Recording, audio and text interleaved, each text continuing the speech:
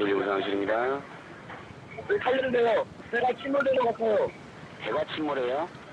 배 이름이 뭡니까, 배 이름? 세월호요, 세월호. A ferry, 2.7 kilometres north of Byeongpungdo, South Korea, is sending out a distress call at 8:55 in the morning. It is the morning of the 16th of April 2014, and the 6,825-ton vessel and some 476 people aboard are in a dire situation. The ferry is leaning, and it is quickly becoming apparent that it will capsize. Many passengers have been told to stay in their quarters, and this will prove to be a fatal order. Within just a few hours, the ship would be completely underwater, taking 304 lives with it, and the recovery mission would result in 8 rescue workers being added to the death toll. The event would spark outrage throughout South Korea, not only from the disaster, but from the reporting of the event in the media. Today we're looking at the MV Sewol disaster.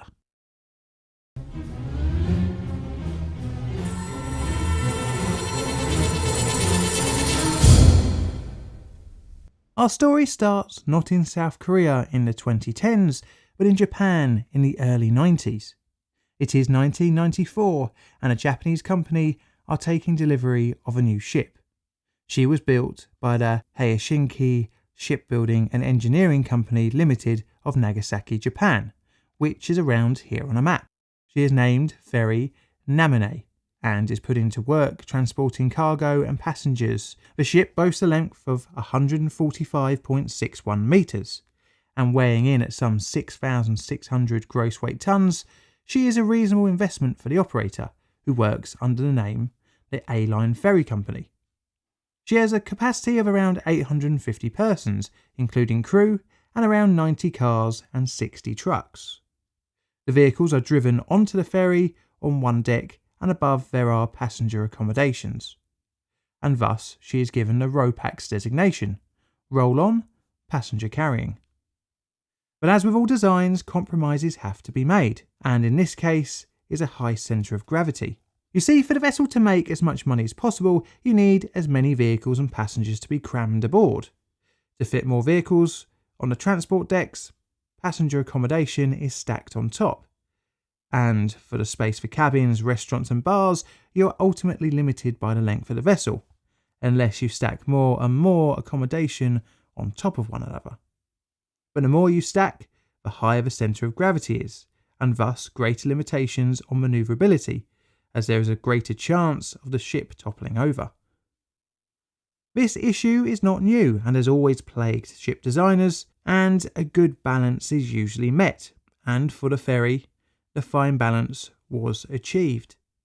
For her time with the Japanese firm, her operations were uneventful and offered years of trouble-free sailing. But by the end of her second decade of service, she is getting tired and dilapidated. The A-Line had a replacement on order, and as such they needed to offload the old vessel into the second-hand market. Although old and not in the best state of repair, she is still worth a decent amount of money, and could offer many more years of service to a new owner. She was sold off to a new owner, Chonghaejin Marine Company, in 2012 at a price tag of 11.6 billion won. Under her new ownership, she was renamed and she underwent an extensive refurbishment program. In order to squeeze more profit out of her new acquisition, her refurbishment would also involve extensive modifications to allow extra capacity for passengers. This added extra passenger cabins on the 3rd, 4th and 5th floors. In total, this loaded up an additional 239 tonnes of weight, adding to the already high centre of gravity. The ship was checked over by the Korean Registry of Shipping. Part of the process, and as a condition of its licence, the authorities reduced the maximum amount of cargo that could be carried, from 1,450 tonnes down to 987 tonnes. As well as increasing the amount of ballast needed from 1,333 tonnes to 1,703 tonnes. This was all to try and keep the ship stable, but as we'll find out later, the Sewol's owners didn't heed these requirements. Almost as soon as the ink dried on the Sewol's licence An additional 37 tons of weight was added. This was marble to tart up the gallery on the bridge deck. An issue that would be highlighted later was that even though the Sewol had restrictions on her max weight, they were not known by the Korea Shipping Association, which is responsible for managing ferries, or the Korean Coast Guard, which were responsible for overseeing the shipping association. The industry essentially relied on honesty of vessel owners, and like with most things, greed can get in the way of that. The now refurbished, heavier Sewol was pressed into service on the 15th of March 2013. Her working week would involve 3 round trips from Incheon to Jeju. Each one-way journey took around 13.5 hours to complete the 264 miles. The ship would have an interim inspection as per her licence in February 2014, and this was passed with no issues highlighted. And no real issues came about during her service, completing around 241 journeys. But trouble was on the horizon, where greed and incompetence would bring tragedy to South Korea. It is the 15th of April 2014, and the Sewol is being loaded up for another trip from Incheon to Jeju. At the helm of the Sewol today is 40-year veteran, 69-year-old Captain Lee Jun-sik. Although experienced, he isn't the Sewol's regular captain and has been hired in on a 1-year contract. Many of the 33 crew that accompanied Lee were temporary or part-time staff. The Sewol's journey is set to begin at 5:30 in the evening, but a thick fog has descended upon the port.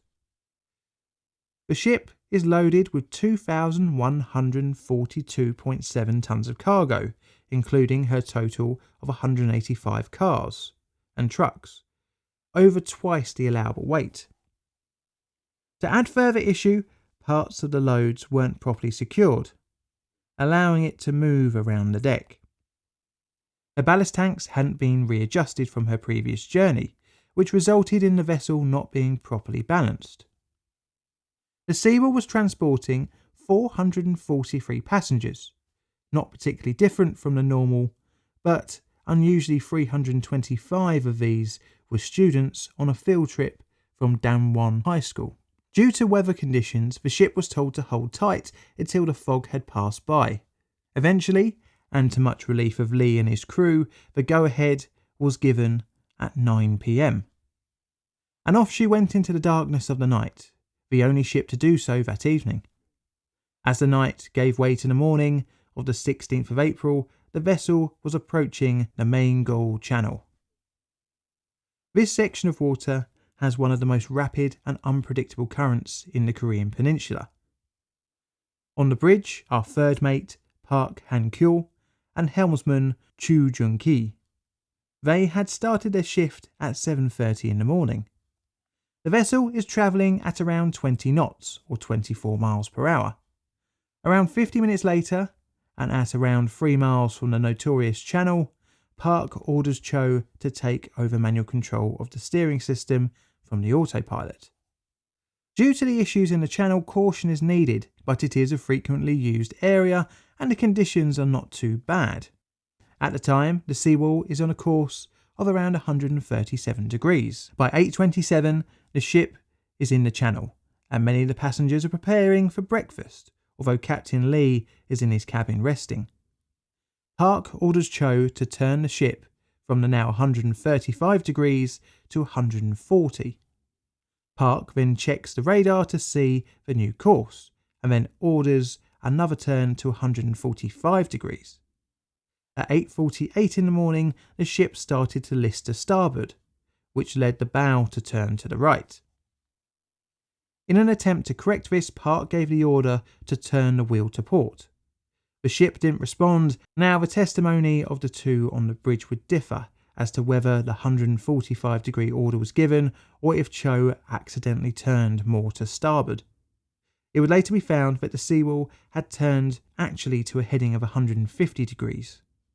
The ship continued to list, and this was added to by the unsecured cargo moving to the side closest to the water. This killed the restorative force required to rewrite the ship. The now greatly listing Sewol took on water through her side door of the cargo loading bay and the car entrance located at her stern. At 8:50 a.m, she was leaning at 30 degrees to port, throwing off-duty staff from their bunk beds, including Captain Lee, who immediately went to the bridge. Cho stopped the engines and ordered an evacuation of the engine room. By now, more staff were on the bridge and Park was crying hysterically. With no engines, the Sewol began to drift sideways and the listing continued. Over the PA system, announcements to passengers were made to stay put in their cabins. The first emergency calls came not from the crew, but actually from one of the school children aboard as a passenger. The student, Choi Duk-ha, dialed 119 and was put through to the Jeollanam-do South Jeolla Province Fire Station, where Choi informed them of the Sewol capsizing. At 8:58, patrol vessel number 123 was dispatched by the South Korean Coast Guard. Meanwhile, the bridge on board the Sewol sent out a distress call to the Jeju VTS and asked them to notify the KCG, as the ferry was rolling and in danger at 8:55 a.m. At 9:07 a.m, the vessel traffic service asked the Sewol if it was sinking, to which the stricken ship replied yes. This was followed by the Sewol saying our ship is listing and may fall. The VTS sent out a call to any other ships nearby to find out if anyone could see the Sewol, in which one confirmed. By 9:18 the ship was now leaning 50 degrees. Just a few minutes later, the VTS ordered the crew to tell passengers to put on flotation devices. All throughout this, the announcement to stay put continued. A couple more minutes went by before VTS asked the captain to decide to evacuate or not. The evacuation was ordered at 9:30 a.m, but not all the passengers heard this, leaving many still in their cabins waiting as previously instructed. The Sewol was reaching a 60-degree tilt. VTS ordered all nearby ships to drop lifeboats and to assist with the evacuation. At 9:38 a.m, communications cut off between the Sewol and the outside world. At 9:45, the first helicopter arrived to start lifting people away from the disaster area, as between 150 and 160 people had jumped into the water. During the sinking, many crew drank beer instead of assisting in helping passengers off, with many still at this point still in their cabins. Captain Lee and many of his crew abandoned the ship, with Cho and the first and second mates being the first people to be rescued. Captain Lee was taken to safety at 9:46 a.m, leaving behind the Sewol and the many souls still aboard. Much of the students had continued to obey the wait and stay orders from the crew, and by 10 a.m. were losing much chance of survival. Some who had disobeyed the order had made their way out and were standing on the now nearly overturned hull. Rescue continued until 10:23, when the side of the Sewol disappeared beneath the waves, leaving only the underside visible. In the immediate aftermath of the sinking, the South Korean media reported that all aboard had been rescued, but this was far from the truth, as hundreds were still unaccounted for. As the morning dragged on, the first body of a female crew member was recovered. Not long after, Korea's Navy ship salvage unit was deployed to the scene. At 14:42, 150 Special Forces personnel from the Republic of Korea Army Special Warfare Command, including 40 scuba divers, were sent for the rescue operations. The afternoon gave way to the evening, and now with hundreds of personnel involved in the operation, examinations of the exposed hull were ceased at 2000 hours due to visibility and safety concerns. The following day, the 17th of April, Danwon Marine Industries, a privately held company, started to search for missing passengers. In total, over 500 divers were involved in the operation, but again the rescue was called off at 1400 hours due to poor weather. The next morning, air was pumped into the ship to try and help create air pockets for any survivors. Some divers entered the hull but could only get as far as the cargo hold, meaning no one was rescued on the third day. On the fourth day, the disaster took another victim, a petty officer involved in the rescue. They were injured and had succumbed to their wounds, but this wouldn't be the last rescue worker fatality. On the 21st of April, a remote-controlled underwater vehicle was sent to the deck of the Sewol. This would be followed by another on the 24th. These efforts did not yield much success, and by May the writing was on the wall. But those who went down with the Sewol were now victims, and not those to be rescued. 2 divers would die in May, and 2 months later, on the 17th of July, a firefighting helicopter returning from the rescue operations crashed, killing all 5 aboard. By the 22nd of July, recovery operations had identified and removed 294 bodies, leaving 10 to be found. Among the dead was student Choi Duk-ha, the same who had called the emergency services initially. The Sewol would be recovered and salvaged a couple of years later, where more of the victims would be found and identified. The event put the country into mourning, as so many of the victims were children, and the root cause being greed. The public were out for those responsible. With South Korea's worst ferry disaster at their feet, the government had to find out how and why the event unfolded as it did, and also find out how 22 of the 33 crew seemingly escaped intact, including the vital members responsible for the navigation of the ship. Almost immediately after the sinking, Captain Lee was arrested on suspicion of negligence of duty, violation of maritime law, and other infringements on the 19th of April. In South Korean law, the captain is required to remain on board during evacuation, something Lee clearly did not adhere to. 2 other crew members, a helmsman and the third mate, were also arrested on suspicion of negligence and manslaughter. Just a few days later, on the 26th of April, 12 more were arrested. This was the entire crew responsible for navigation. Captain Lee, first mate Kang Won-sik, second mate Kim Young-ho, and chief engineer Park Geun-hye were indicted on the charges of homicide through gross negligence, a crime that can carry a potential death penalty. The rest of the arrested were charged with lesser offences of negligence and abandoning duty. On the 8th of May, the chief executive of Chonghaejin, Kim Han-sik, was arrested and faced charges of causing death by negligence. 4 other company officials were also taken into custody. Yoo Pyong-hung, a former chairman of Chonghaejin, went into hiding when his arrest warrant was issued. The authorities offered up a reward topping out of 500 million won. Yu would escape his day in court when his body was discovered in a plum field approximately 300 kilometres south of Seoul. His death, although having foul play ruled out, went unexplained due to the state of decay of his body upon discovery. The crew charged with the failings of the Sewol disaster were convicted and sentences were handed down as life sentence for the captain, 10 years for chief engineer, and 18 months to 12 years for the other 13 crew members. In the cases against officials for overloading of cargo, Kim Han-sik, Chonghaejin's chief executive, was found guilty of negligence and received a 10-year prison term.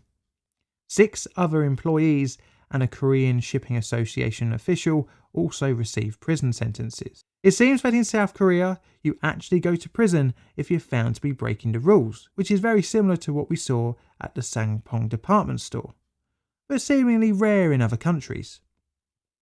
The root cause of the disaster, like many on this channel, is greed and negligence. Greed in overloading the vessel with improperly secured cargo, and negligence in the Sewol's navigational crew by not correctly filling the ballast tanks, carrying only 580 tons of ballast water, making the vessel more prone to list and capsize. All of this was a deadly cocktail that was set off by undertaking the strange series of fatal turns, which led to 304 deaths, 250 of which were school children. This is a Plain Difficult production. All videos on the channel are Creative Commons Attribution Share Alike licensed. Plain Difficult videos are produced by me, John, in a currently bright and clear corner of South East London, UK. Help the channel grow by liking, commenting and subscribing. Check out my Twitter for all sorts of photos and odds and sods, as well as hints on future videos. I've got Patreon and YouTube membership as well, so check that out if you fancy supporting the channel financially. And all that's left to say is thank you for watching.